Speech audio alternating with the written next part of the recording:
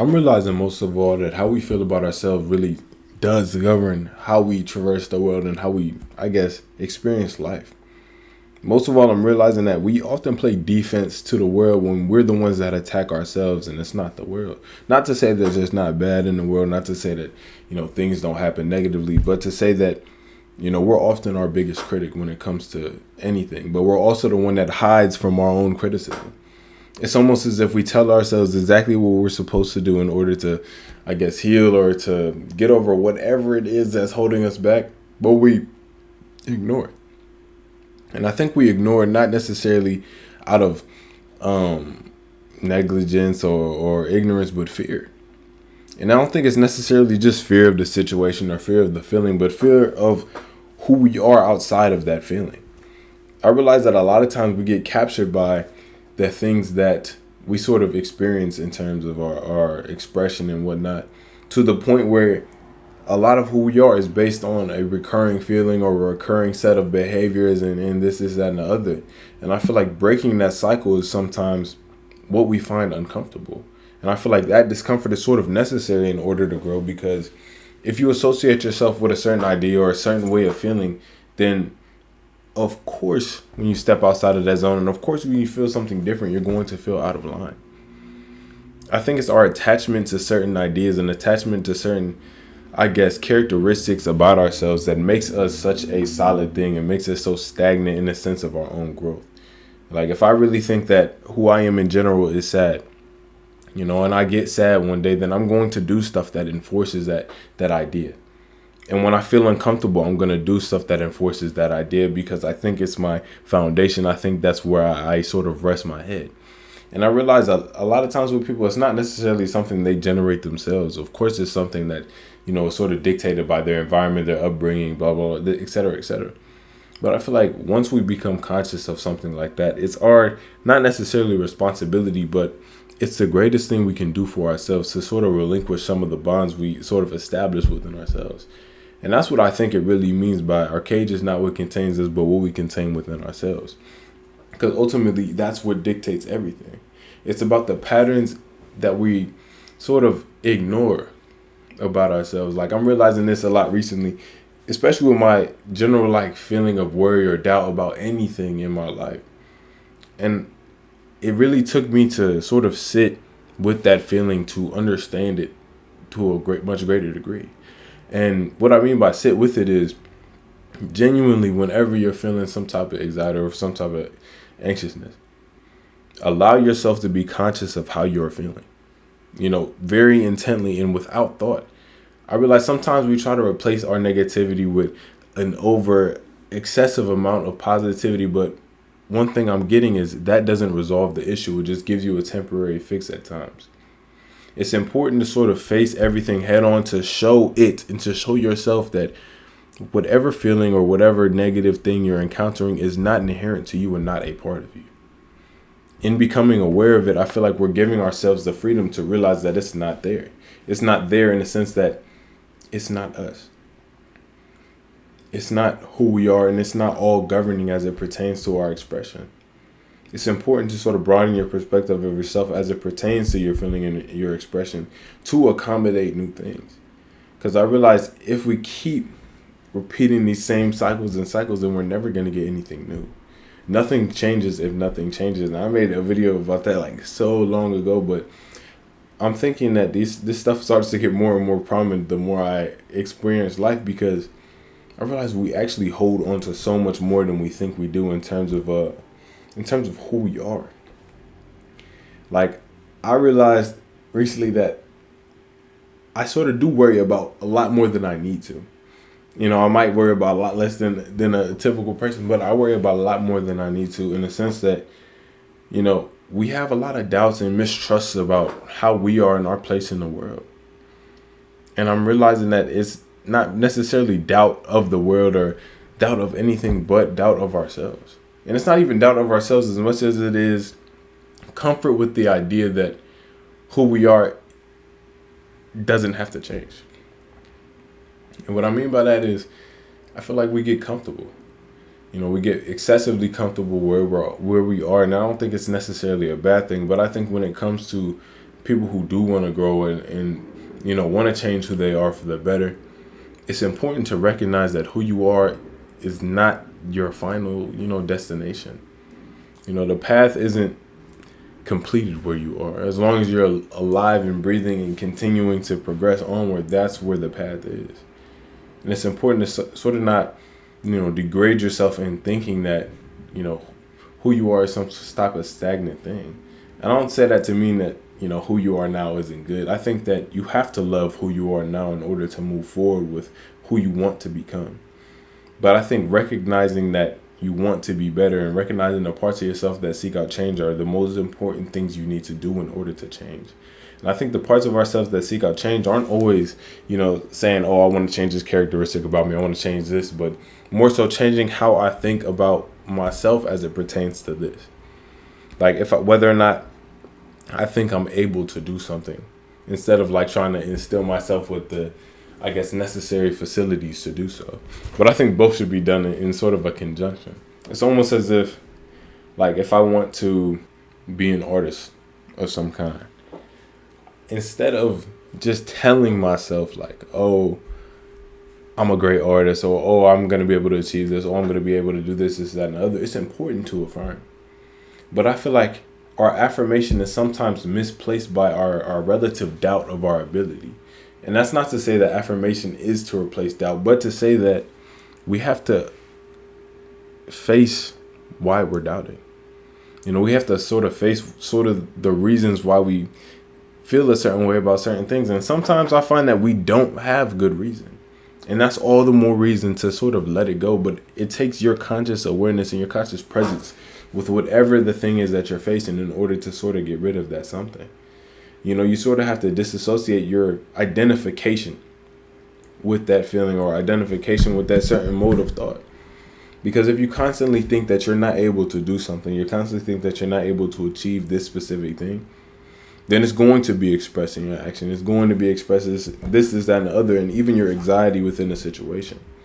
And one thing I realize most is our feelings often take us away from our, not necessarily power, but our relative feeling of influence over a situation. Because the less we're able to influence ourselves, the less we're able to be present. And the less we're able to be present, the less we're able to be present enough within a situation to make the choices that lead to the future that we want. And that's why I feel like the baseline should always be with your sort of understanding of your presence. And more so, what I think the point is to sort of stop putting yourself on attack.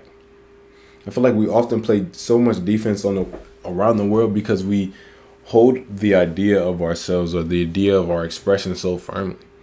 Like, I can remember times in my life where I couldn't stand being incorrect about something or couldn't stand making mistakes in a general sense. And I think a lot of people are like that, and a lot of us are like that, not necessarily because, we want to be petty or we want to be this, and the other, but because we fear, I guess, who we are outside of that. We're afraid of the association or the idea of ourselves where we're not right, and we don't, hold up that facade of definition to ourselves. And I feel like part of self-acceptance isn't necessarily about saying, oh, I'm not this, I'm not that, but saying, I can be this, I can be that, this expression could have been that. Giving yourself leeway and giving yourself enough broad of a perspective to accommodate all your expression. And I think once you give yourself that sort of wiggle room and that understanding, it opens your pathways to new, I guess, modes of healing. It allows you to see what you need to heal and the parts of yourself that are seeking out change even more intently. Because once you give yourself that room to sort of recognize when you're wrong, it's sort of giving you the chance to see what's right. And I feel like our, I guess, ability to learn is always in reference to our ability to accept that we don't know. And I think there's a lot of things in this world that I don't know, and sometimes that gives me a lot of joy. I feel like there's a lot of things out here for us to sort of capitalize off of and sort of experience, especially about ourselves. And I think it's that constant affirmation or constant association with this idea that who we are is already some type of stuck, stagnant thing. I think it's important to sort of let that go and allow yourself to sort of be fluid in a sense, but not in the sense that, just do whatever you want, this, is, that, and the other. But recognize that if you fall down, you can stand up with what you learn. I feel like it's more important to sort of face the world and face life with a certain genuineness. So when things don't go in your favor, when things do this or do that, you can be the one to react to them rather than just your thought. Because who we are is much more easily expressed than thought. And if we're trying to change anything about ourselves, it's not just about thinking about the change. It's about being present enough to see the parts of you that needs a change. And if you're not expressing those parts to the world, if you're not expressing those parts to your situations, then you can't expect yourself to change for those situations. I feel like we hold up this image of ourselves in our heads so fervently that we almost forget that, you're holding up an image of something that's actually real. That's actually here, or at least real in the sense that you are an existing person. You have thoughts, this, is, that, and other. I feel like just giving yourself that liberty is sort of the most freeing thing that you can do. Whether or not I feel like that tends towards positivity, I feel like it's somewhat irrelevant. Not in the sense that I don't think it brings positivity, which I think it does. But in the sense that I think any type of development or growth shouldn't necessarily be to chase a feeling. It should be to ascertain a better grasp of yourself so you can do what it is that makes you feel best about yourself. And a lot of times I feel like it's not necessarily the things we do, but, how they make you feel. Understanding yourself to a greater degree so you can go out here and experience life in a way that's more beneficial to you, but not necessarily in a way that's degrading other people. I feel like it takes a conscious effort, but not necessarily a conscious stress. It's about being intent with your presence and intent with your somewhat purpose or intention. But doing so in a way that's, I feel, is befitting of yourself. And I feel like the easiest way to do that is to, try your best. Give yourself enough grounding in who you are to actually try to experience who you are and experience what your best is. And I feel like what your best is always who you are, void of the doubt that you've placed inside your head. We're playing defense against the world, and especially defense against ourselves. But I think when we don't realize that we're the ones that sort of degrade how we feel about ourselves at times, that's why the issues sort of perpetuate themselves. Because we don't give them the freedom and the sort of audience to be heard and to be let go. And instead we just ignore them. We treat them like back burner emotions. We treat them like this, is, that, and the other. In a lot of ways, to run from feeling is to run from yourself. And the only way to sort of face that is to become face to face with it. Treat everything as if it's not necessarily separate from you, but understand that your relative doubt and how you think about yourself isn't everything. It's an aspect of yourself that influences for sure, but you are not your mind. I think it's important for us to realize that our image of ourselves in our head is a very potent thing. It is something that should be cultivated in our favor. It is something that should be taken care of. But what we don't realize, I feel, is that who you are is not just that thought. There's so much more to take care of than just how you think about yourself, but also your physical, your mental, your spiritual, all of that. And understanding that your innermost thoughts and your innermost feelings about yourself are tales. They tell you how you think you are. They tell you how you feel you are. And they tell you about the parts of yourself that you need to give more attention to if you want to be something else. Like that discomfort you feel when you're trying something new, that doubt, is telling you that your current self thinks you're this way. And that's why there's doubt. So it's important to broaden your perspective of yourself enough to accommodate whatever it is that you're facing. And even if you can't just do that in a regular sense, in the sense that like, oh, I thought about it, then it's gone away, which is unrealistic. I think acknowledging that and moving forward is sort of affirmation to yourself that whatever it is that you're doing, whatever it is that you're trying to achieve is the new you, is exactly who you are. And I feel like it's important to instantiate new definitions of yourself whenever you get the opportunity. Because who we are should not necessarily be based solely on the past, but also on the strength of our desire to be better and the strength of our desire to be present with ourselves and make those changes. Our relative desire to become at peace with anything that's causing us trouble. And I don't say that in a whole world sense, but in a sense of how we feel, or how sometimes we blame the world for the way that we are. And I feel like a lot of times it's true. It has volition, it has truth to it. But when it comes to our own internal struggles, when it comes to the way that we sort of put ourselves down in our head, I feel like we have to take some sort of responsibility as it pertains to how we currently are.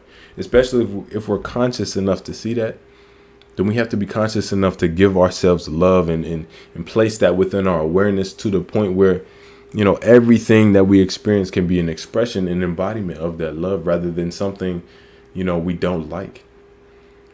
And since I've been trying to face, I guess, that aspect of fear, that aspect of doubt, that aspect of self that we often try to run from, I found that life is a lot easier. Because I feel like oftentimes we assume certain things about the world and people and interactions based on things we assume within ourselves. Like if I doubt myself in a certain situation, if I doubt my ability to public speak, even if I do good while public speaking, that anxiety will be placed there due to my doubt and not necessarily how other people feel. Because it's always going to be a projection of how I feel onto them and and vice versa. That's why I feel like the subtle importance in life is always going to be present. Present enough to realize that you don't have to play defense on something that's not attacking you. Especially if the thing that's attacking you is you. I feel like you sort of have to let yourself go in that sense and realize that, you can't hate yourself into being something good, and you can't doubt yourself into achieving something great. We have to give our lives exactly where we want to be invested in it. And that's what I feel like is important. So if you made it this far in the video, it might have sounded like a rant. I feel like this is important though. Make sure you're taking care of yourself. Make sure you're doing what you can with what you have, and I guess giving yourself the audience and clarity to achieve whatever you want. Because it's all out there for us. It's all already there. And it's just a matter of your perspective and a matter of your intensity and integrity with it that allows it to become real and manifested into the world. So thank you. Keep being y'all. Keep being great. Make sure you're taking care of yourself. Make sure you're being you.